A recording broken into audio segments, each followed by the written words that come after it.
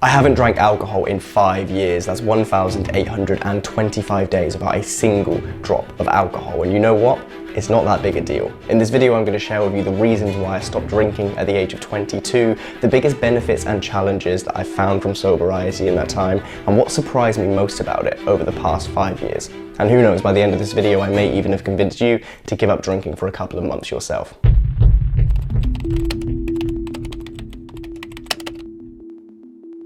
Now here's the thing, I don't think that I ever had a problem with drinking, nor do I have anything against the idea of alcohol. All of my friends drink and it doesn't bother me. And actually more than that, at least here in the UK, I think that in your late teens and early 20s, the idea of getting drunk with your friends and making memories is an important shared experience that almost all of us go through. It's something that I definitely wouldn't have missed. It's something that I do not regret. If you think back to your first pint or your first time in a nightclub, or that first time that you awkwardly kissed a stranger in a club whilst drunk and then regretted it the next day. These are all experiences that through alcohol, through the act of going out and getting drunk and making memories with our friends, we get to share and we get to reminisce on like we are right now. And so I think that drinking actually has benefits, it has utility, and it absolutely has upside. And I tell you that because this video is not going to be another one of those annoying, preachy, you should definitely go sober videos. There are enough of them, we don't need another one. All I'm going to do in this video is share with you my experiences, my honest views on the benefits and the challenges, and then hopefully by the end of the video you can make up your own mind as to whether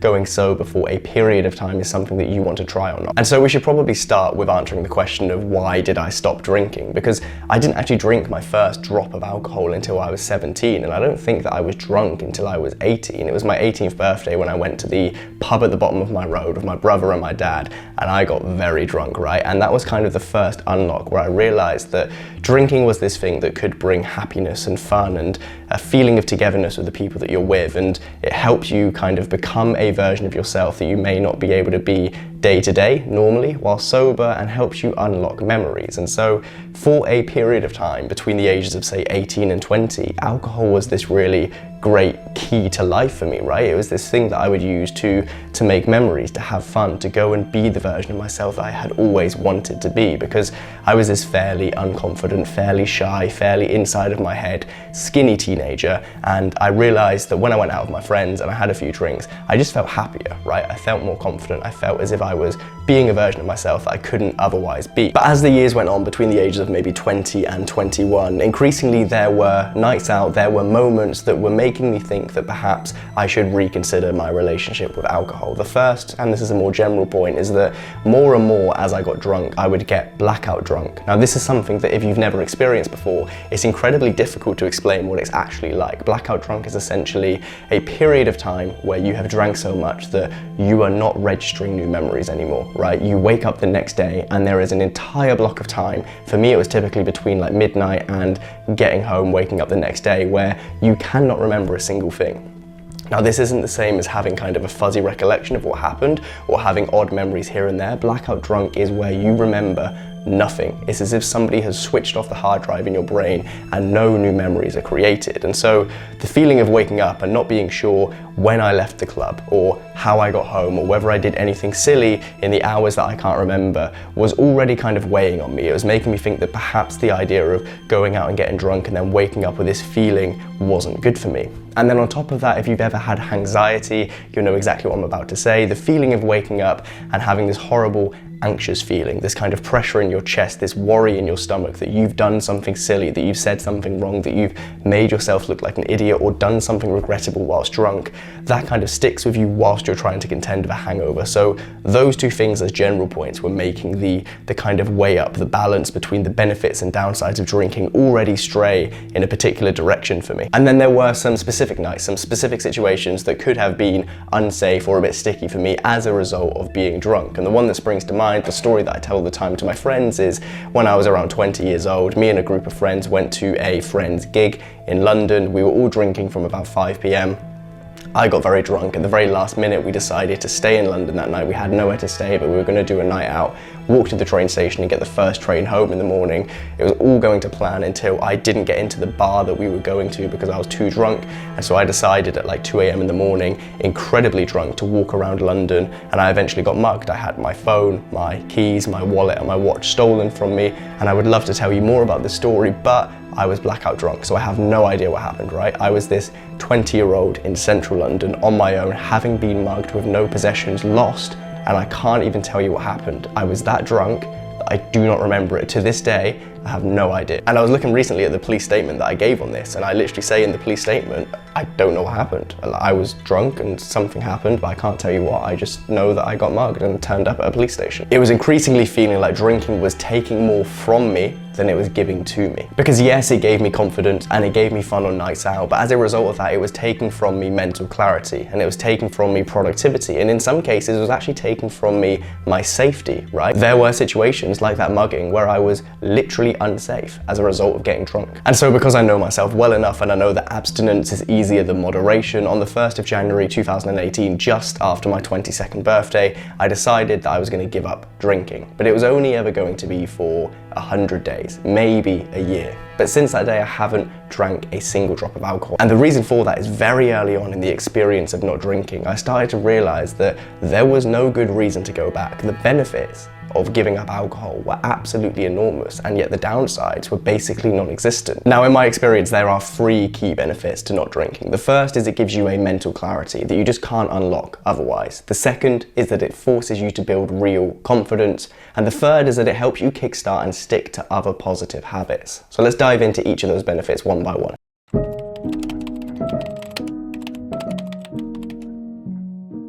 So mental clarity, you know what it's like. You're having a fairly productive week, you're eating well, you're going to the gym, you're sticking to the things that you said you were going to do, and everything seems to be moving forward nicely. But then suddenly it's Friday evening and you go for a few drinks with your friends, or it's Saturday night and you're about to go out for a big one.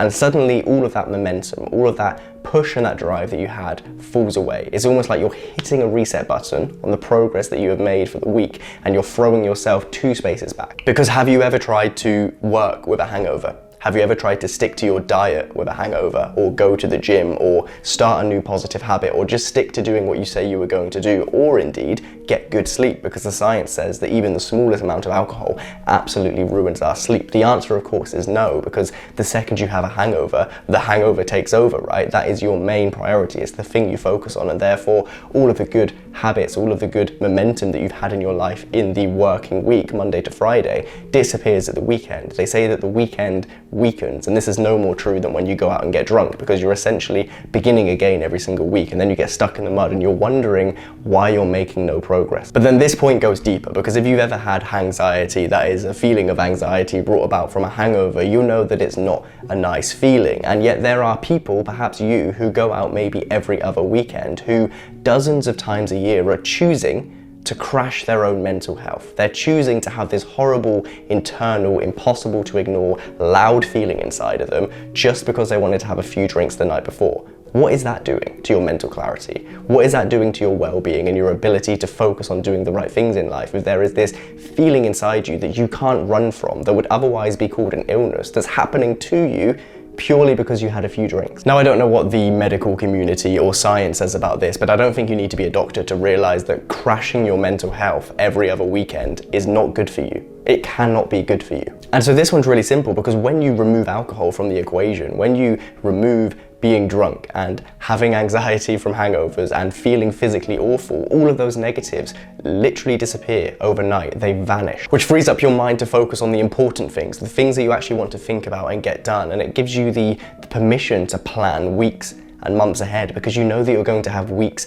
and months of mental clarity. You're not planning the next 4 days until you have another self-inflicted illness because you went and got drunk, right? You can really begin to craft and shape your life in such a way that you just can't do when you're resetting every single week. And so that's benefit number 1. Quitting drinking gives you mental clarity. Benefit number 2 of going sober is that it forces you to build real confidence. Now, this is an interesting one, because literally a couple of days ago, I was having a conversation with some school friends who I hadn't seen in about 6 years, and I was telling them about this. I was saying that back when I was in school, when I was in my late teens and early 20s, I wasn't confident, and they were surprised because I was loud and I was happy to be the center of attention, but that doesn't mean that I liked the person I was. right? I didn't trust myself in certain situations. I didn't think that I could go and talk to a girl that I liked. I didn't think that I could go and start a conversation with a stranger or be in any given situation sober and be the person I wanted to be. I felt like I was almost trapped inside my own head. And yet when I had had a couple of drinks, that lack of confidence disappeared, right? Suddenly I was a more confident person. And so you might be thinking, surely that means that alcohol in this situation is good.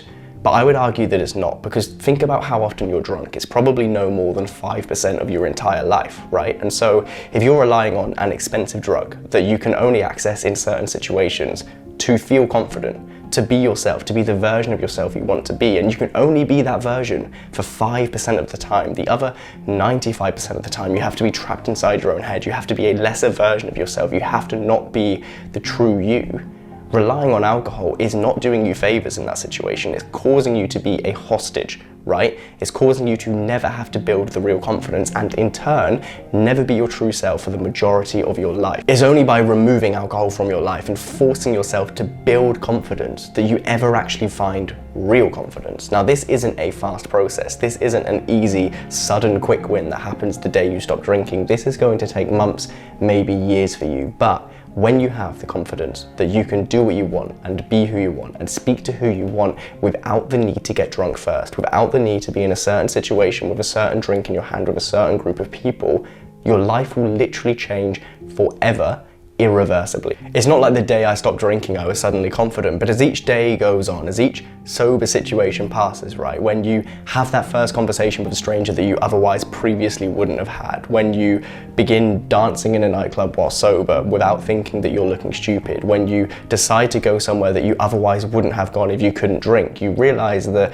you're building real confidence, right? You're not relying on a couple of Jaeger bombs. You're building something that cannot be taken away from you and that you can call upon, not for 5% of your life, but for 100% of your life. And when you do that, your life changes. And so that's benefit number 2 of giving up alcohol. It forces you to build real confidence. And then the third and the final big benefit that I have found from not drinking is that being sober helps you kickstart other positive habits. In the new year, when I quit drinking, I found myself with more time and more attention and more money and more energy, and I had to move that into something, right? I had to take all of that additional resource that I'd freed up and try other things. And so I joined a gym, I went for more walks, I began eating healthier, I read more books, I improved my sleep. I did all of these things that from the first point we spoke about, the mental clarity, I felt like I was being held back from. And they seemed to stick. And I think the reason for this is that when you remove something so fundamental to so many people's lives, like alcohol from your life, you're not just quitting drinking, you're actually going through a process of changing your identity slightly, right? You're gonna be the person who's slightly different at parties, whose social life changes, who hangs out with different people and goes to different places and spends their time in different ways by default. And as a result of that, your identity is going to be changing. And the best time to build new habits, the best time to change your life and to stack habits one on top of another with a good chance of them sticking is in a period where you're changing your identity. So on the back of quitting drinking, you can stack a bunch of other habits that are gonna fly through the door with you because you're going through this period of identity change. It's almost like cutting out alcohol is a cheat code to helping you get your shit together. And so they're the 3 key benefits that I have so far found from not drinking. The mental clarity it gives you, the fact that it forces you to build real confidence, and the ability it gives you to kickstart and stick with other positive habits. But with all of those positives in mind, it's not to say that there weren't challenges, right? It's not to say that there weren't moments in the beginning where this was difficult, where I felt like it would be easier to just have a drink and restart and go back to being that normal person who drinks like everybody else. So let's quickly dive into some of the challenges that I found when I first gave up alcohol.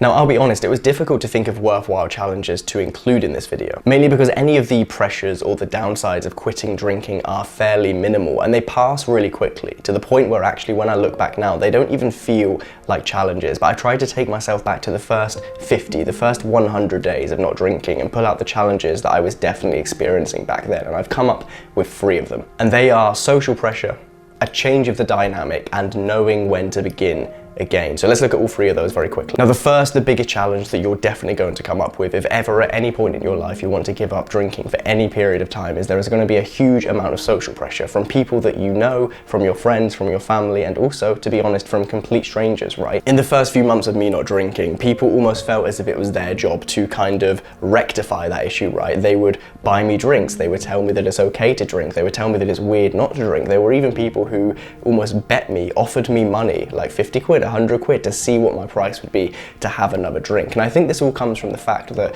right at the very beginning of this video, I spoke about the idea that drinking is this thing which brings us together, right? It is this collective experience which we all kind of move within and share this experience. And so when you choose to step outside of that, there is almost this implicit message that you're saying, I'm different, I'm not like you, I don't want to hang out with you anymore, I don't want to spend time with you, all of these things. And of course, none of that is true, but to the people closest to you, particularly those like night out friends who you go to a club with or you go to the pub with, but you don't really do much else with, they're probably going to think that you're shunning them, that you're pushing yourself away from them, and that it is their job to make you drink again. And because of that, and because of the societal pressures, you will 100% come up against people who are telling you to drink, telling you it's okay, buying you drinks, questioning why you don't drink. And I found that the trick to helping you overcome this in the short term, because by the way, in the long term, people get on board and they're really supportive and it becomes normal and your life carries on and everything's fine. But in the very short term, I found that the easiest way to overcome this is just a quick change of language, right? So if you're on a night out, if you're in a pub, if you're at a meal and somebody offers you a drink, rather than saying, I'm not drinking, which sounds a little bit like I'm choosing not to have a drink tonight, say, I don't drink, right? And that sounds like a silly, a trivial change of language, but I promise you just that slight change from I am not drinking, i.e. in the present tense I'm making this decision, to I do not drink, which sounds a little bit more like I have made a decision in the past which I'm sticking to, which is part of my identity, really helps remove that social pressure. It really helps people get on board more quickly with the idea that this is a decision which you have taken and they'll support you with it. The second challenge that I came up against when not drinking, and this one is definitely true even to this day, is that in certain situations there absolutely is a change of dynamic, right? There are things which you just have to be more mindful of when you're the only sober person in a situation, whether it's encouraging a conversation to go a certain way and making people feel silly the next day because they've had a conversation, whether it's realizing that actually you have far more of a responsibility to be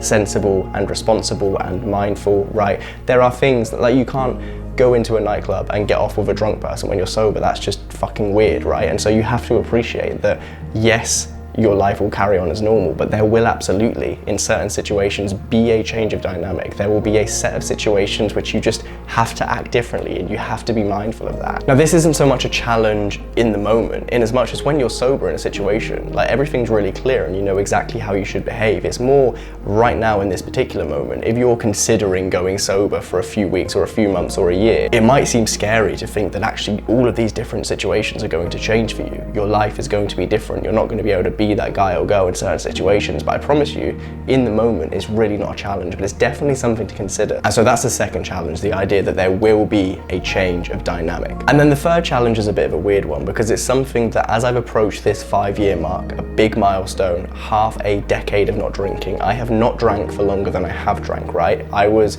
drinking for 4 years, I have now not drank for 5 years. The question of knowing when to begin again starts to creep into your mind. Now, I've had a few conversations with friends who have gone for a year or 1,000 days not drinking, and they have this same issue, right? The longer and longer it goes without a drink, the more and more of a big deal that first drink is going to feel. Now, I'm not sure that I'm going to be sober for the rest of my life. I really don't know, right? Because of all of the points I made at the beginning of the video about the fact that I have nothing against alcohol, the fact that actually when I stopped drinking, it was because I was a very different person living a very different lifestyle at a very different age to the person I am now. I think that one day I will drink again, right? Whether it's my 30th birthday, whether it's my 40th birthday, whether it's my wedding day, I don't know. But the longer I go without drinking, the longer this unbroken chain of sobriety goes, the more and more it's going to feel like a huge amount of pressure, like an absolutely massive big deal to have that first drink. Now, of course, that's all in my head. That's nonsense, right? If I were to step away from this camera right now and go and have a shot of Sambuca and come back, I would be the same person. My moral fabric would be no different, right? I would not be a lesser person. And yet the irrationality when you're 2 or 3 or 4 or 5 years into not drinking really does begin to creep in. And so In the same way that I only ever planned to go for 100 days without drinking, and then a year, and now we're at half a decade and it's about to go further, you're going to find yourself in a similar situation too if you stop drinking for a set period of time, which is that you're probably going to get to the end of that set period of time, realize there are so many benefits, and then be unsure what to do next. Now that's not necessarily a bad thing, right? Doing more of a good thing, going for longer with a positive habit like not drinking isn't bad, but it's definitely a consideration. And so that is the third and the final challenge of going sober that I found over the past 5 years, which is that it throws up the question of knowing when to begin again.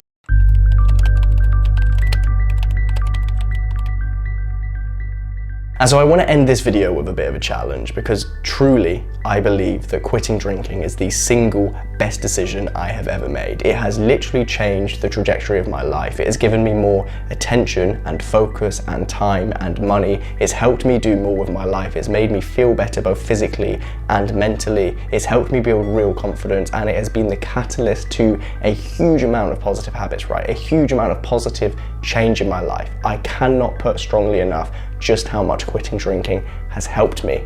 But I'm not here to tell you to do that, right? I said at the beginning of the video, I'm not going to be one of those people who is going to preach to you and tell you that you have to go sober, because you do not have to go sober. You can choose to go sober for a period of time and then make up your mind as to whether or not it is good for you, whether it's compatible with your lifestyle, whether it is something that you want in your life. And so here's my challenge, right? We're just moving into a new year if you're watching this video just after it has been published.